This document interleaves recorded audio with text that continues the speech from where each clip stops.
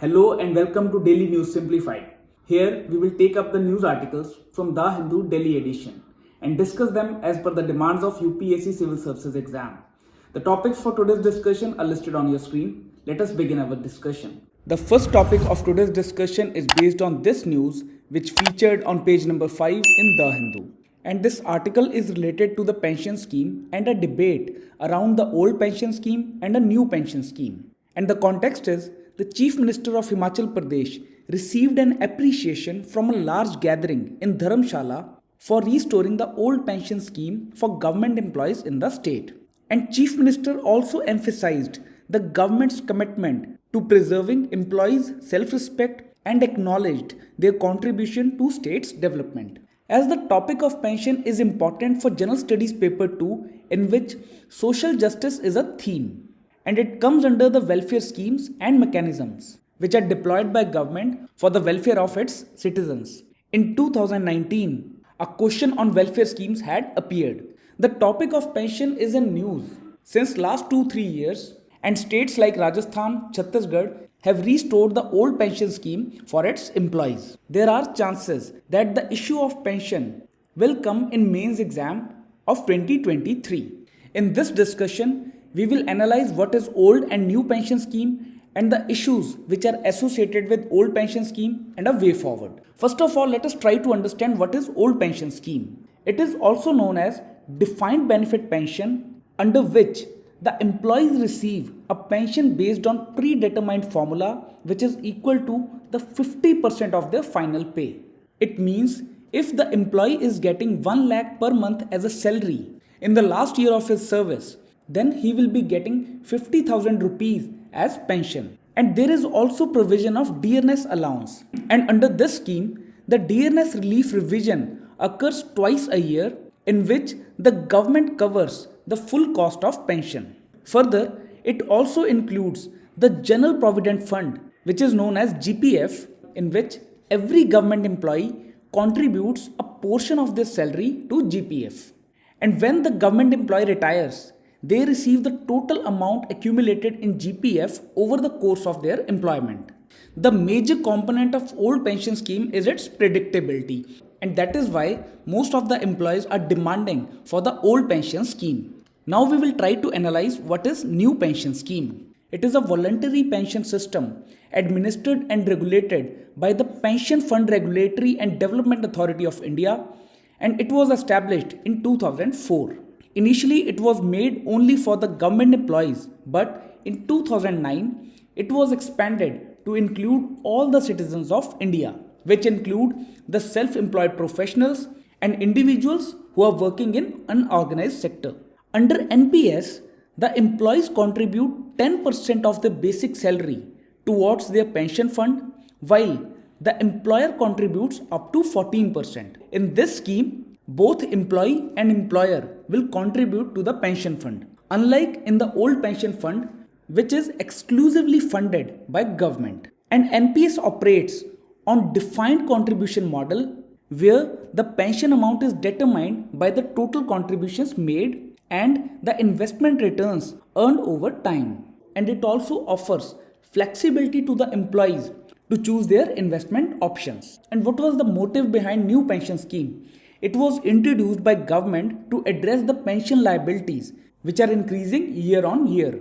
And this NPS enables government employees to actively manage their pension funds by contributing regularly to pension account throughout their working years. And upon retirement, subscribers can withdraw a portion of their pension as a lump sum and utilize the remaining amount to purchase an annuity, ensuring a steady income stream. Here we have discussed the elements of new pension scheme in detail.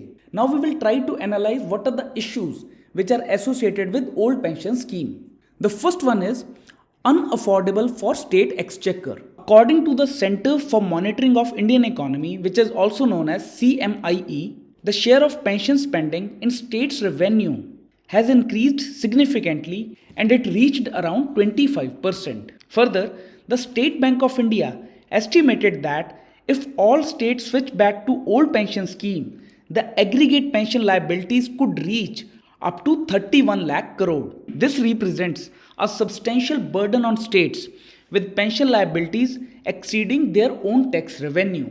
The second one is unfunded pension liabilities. The government pays pension using the taxes from current working population, as there is no dedicated pension fund in the old pension scheme, and the number of central government pensioners exceeds the number of active employees, with around 77 lakh people who are pensioners and 60 lakh people who are employed, and the government bears the whole burden of pension. The third one is unsustainability. The growing elderly population and the longer lifespans lead to increased liabilities, and this burden includes rising pension benefits which are indexed for DNS relief and add to financial strain on public finances, which makes the old pension scheme unsustainable for longer duration. And the fourth one is limited reach.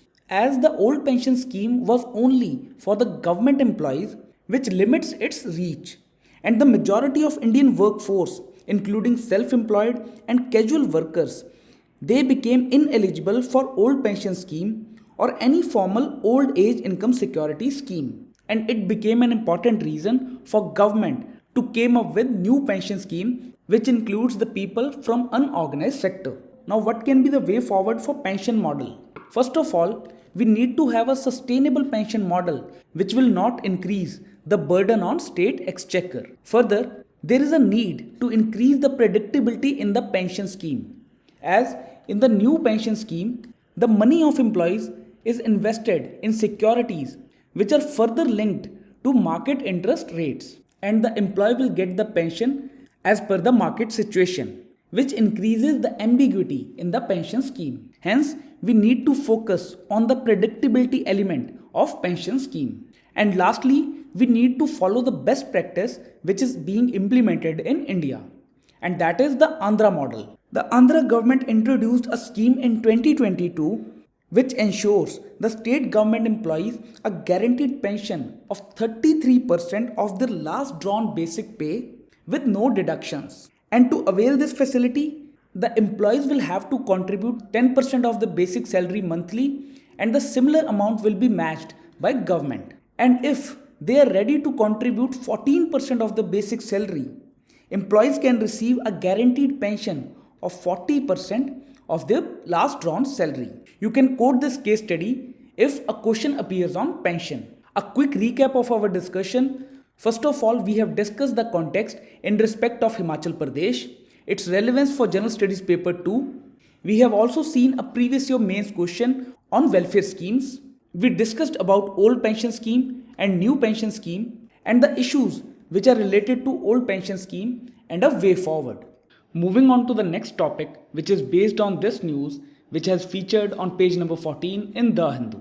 It basically talks about the joint malnutrition estimates which are released by UNICEF, WHO and World Bank collectively. And according to these estimates, India has shown a significant improvement in various indices of nutrition. This topic is relevant for General Studies Paper 2, in which social justice is a theme and the issues relating to poverty and hunger is directly mentioned, which makes this topic important for our discussion. And in 2021, UPSC has asked a question on vicious cycle of gender inequality, poverty and malnutrition. And we will try to discuss this topic through a question answer format. And the question for today's discussion says, India continues to face the issue of hunger despite several interventions by union and state governments. Why hunger is a persistent issue in India? You need to answer this question in 250 words. Before discussing the answer to this question, let us have a look at the joint estimates which are released by UNICEF, WHO and World Bank. The first one is related to stunting, and it says stunting among children under 5 years in India has dropped from 41% in 2012 to 31% in 2022. Further, the overall prevalence of wasting in 2022 was 18% in India, and the total share of wasting of Indian children accounts for 49% of the global burden. And the last one is related to obesity. The prevalence of obesity marginally increased from 2.2% to 2.8% in last decade. You can start your answer by mentioning the facts from this particular estimate as an introduction. Just try to remember these points, which helps you in fetching more marks. Now we will try to understand why the hunger is a persistent issue in India, and will figure out the reasons for prevalence of widespread hunger in India. The first one is related to inappropriate child feeding practices. The WHO and UNICEF recommended that the breastfeeding should be initiated within the first hour of birth, and infants should be exclusively breastfed for the first 6 months. According to National Family Health Survey 5, only 42% of the infants in India are breastfed within first hour of birth. Hence, it became an important reason behind the hunger and malnutrition in India. The second one is low female literacy. The nutrition levels are majorly affected by the education level of women. As the education increases the awareness about nutrient-rich diet, personal hygiene, and good feeding practices. Moreover, educating the women will also help in containing the family size in poor and malnourished families. But the female literacy in India is around 65%, and the rate is much lower for states like Bihar and Rajasthan that recorded the high levels of malnutrition in India. Hence, the female literacy and hunger are correlated to each other. The next one is poor sanitation. Repeated infection with diarrhea disease due to poor sanitation contributes to the chronic malnutrition of children, and it is also strongly correlated with stunting. And the proportion of people with access to improved sanitation facility in India is only 49% as per the National Family Health Survey. The next one in the list is micronutrient deficiency.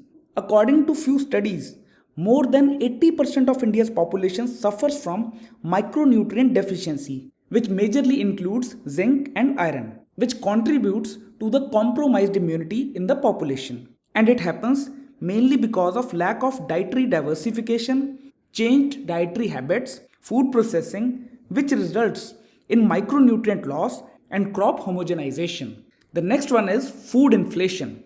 With rising food inflation, families became unable to buy and eat nutritious food. And according to the report of Asian Development Bank, 1% increase in food inflation leads to an increase in 0.3% in both infant and child mortalities and 0.5% in undernourishment. The last one is limitations of existing schemes. For example, the ICDS, although it was successful in many ways, but it has not made a significant dent in child malnutrition. And this is mostly due to the priority that program has placed on food supplementation, which targets the children after the age of 3 years when the malnutrition has already set in. Further, the stringent conditions to avail the benefits of Pradhan Mantri Matru Vandana Yojana has led to the exclusion of teenage mothers and poor women who gave birth to more than one child, thereby abetting the intergenerational cycle of undernutrition. And finally, the non-inclusion of nutritious items such as pulses and edible oil in the PDS basket has failed to improve the nutritional status of poor households. Here we have discussed the 6 important reasons behind the widespread hunger in India. And the issue of hunger and malnutrition also impacts the national growth of country, as it is estimated that the malnutrition can decrease the economic growth of nation by approximately 8% due to loss in productivity caused by reduced schooling and cognitive impairments. Hence, it plays an important role in the national growth. Further, what are the measures which are taken by government to address hunger and malnutrition? The first one is Poshan Abhiyan.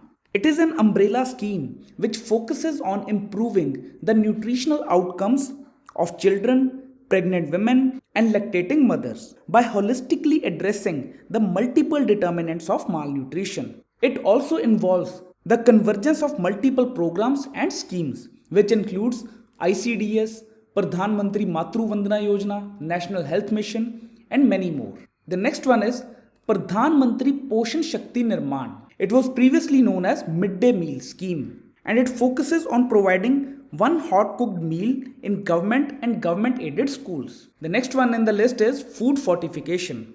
The fortification of wheat is being implemented in 12 states on pilot basis, And fortification of edible oils was made compulsory across the country by FSSAI in 2018. And the last one is Price Stabilization Fund.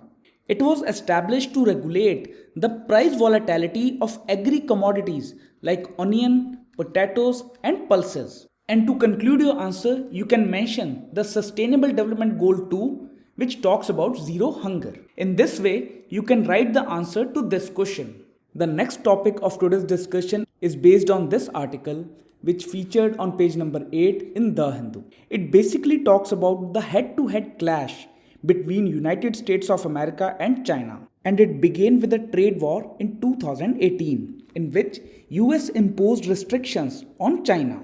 China and United States are fighting with each other for power and influence across the world. This area becomes important for General Studies paper 2, in which international relations are mentioned. And there is also a mention of effect of policies and politics of developed and developing countries on India's interests. From this point of view, this topic becomes important for our discussion. In 2022, UPSC asked about I2U2 and its impact on India's position in global politics. Similarly, in 2021, a question on AUKUS has been asked by UPSC. By looking at these questions, it is important to analyze the impacts of US and China's policy on geopolitics and economics. The focus of this article is the new Washington consensus which United States is trying to build. Now, what are the reasons behind this particular shift? The first reason behind this shift is the markets know best approach.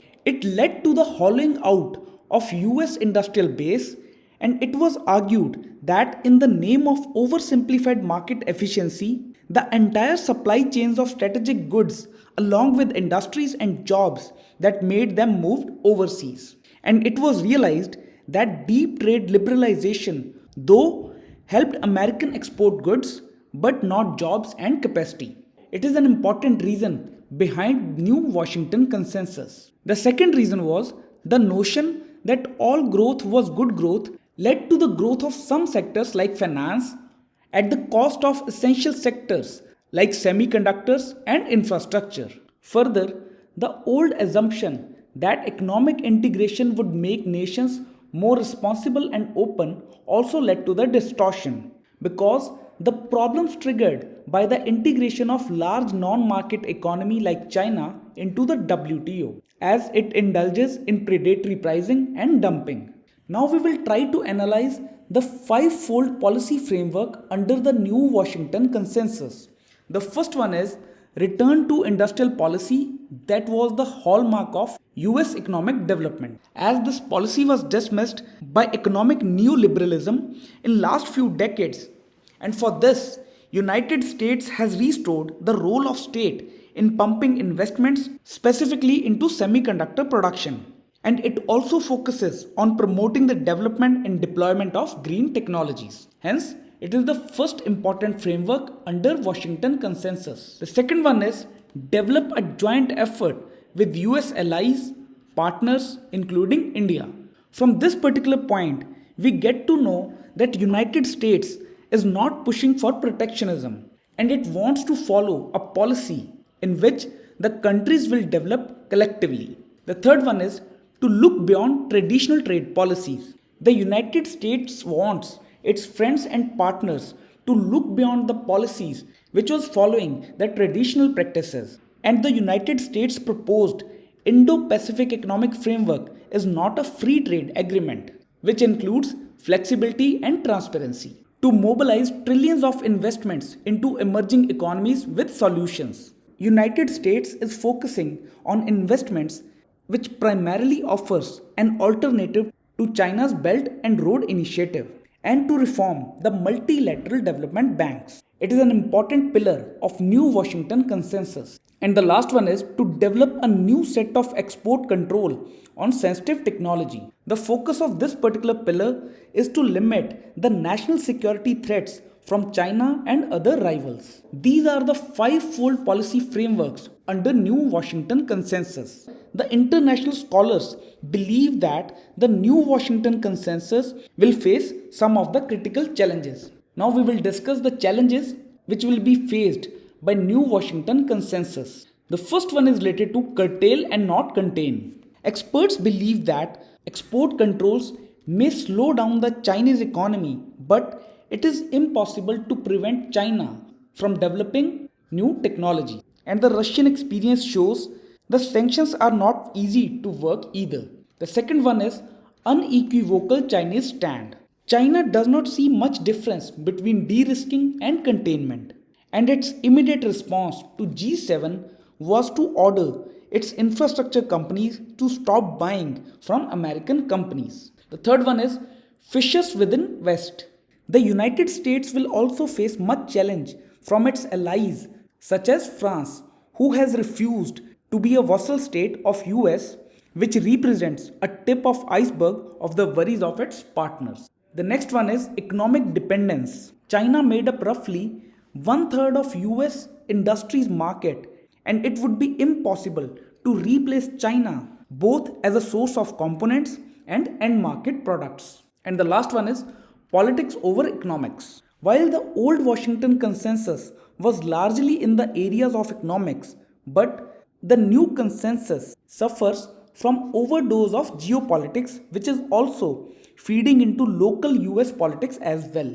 And to conclude this, United States and China seem to be involved what the Americans call a game of chicken, which comes with the high risk of miscalculation, war, or messy global economic breakdown. A quick recap to our discussion. First of all, we discussed the context, its relevance for General Studies Paper 2. We have also seen the previous year questions.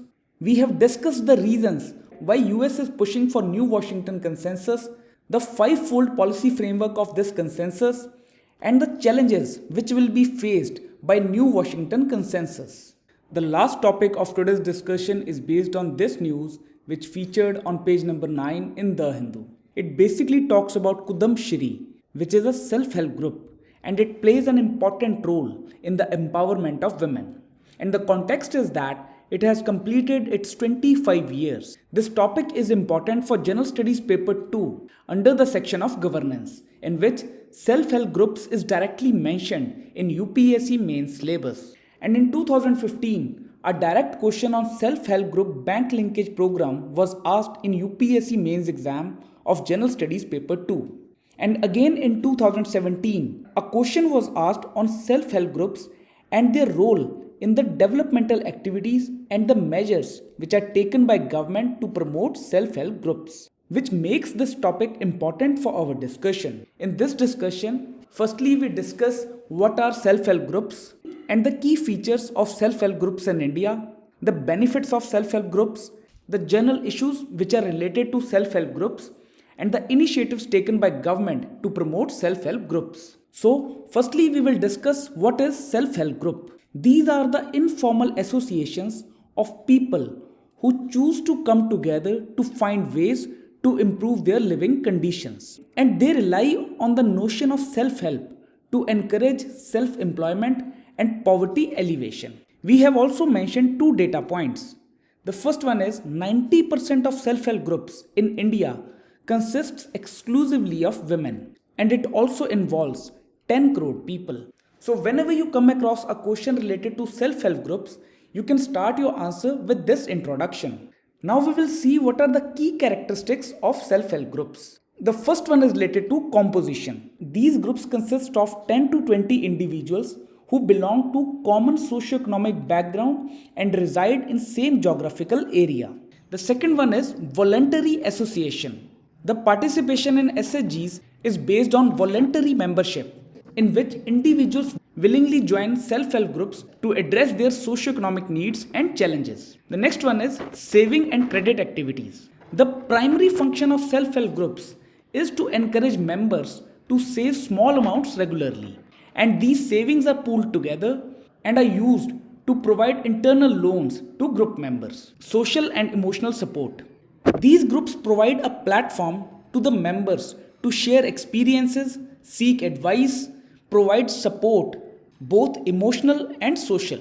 The next is capacity building. These groups offer training and capacity building programs to members which specifically focus on financial literacy, bookkeeping, skill development, and leadership. Another one is collective decision making. These groups operate democratically as all the members participate actively in the decision making process by engaging in discussions, develop internal rules and regulations, and other group activities. The last one is income generating activities. SHGs encourage members to engage in income generating activities to improve their livelihoods. A classic example in this regard is self-help groups in Himachal Pradesh are indulged in making of paper bags. Now we will see what are the benefits of self-help groups.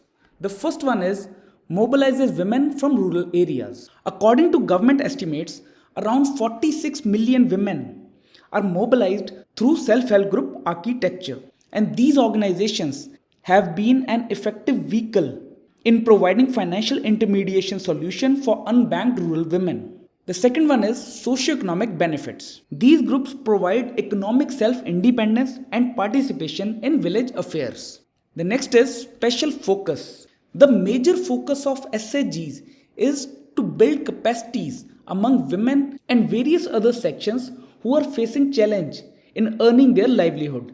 It plays an important role in the empowerment of women. The next one is it improves the status of women in family and society. The regular process of group meetings help women to build social capital which raises their status in family and society. It also reduces their hesitation while interacting with other people and will eventually build their self-confidence. And the next one is it improves health and standard of living.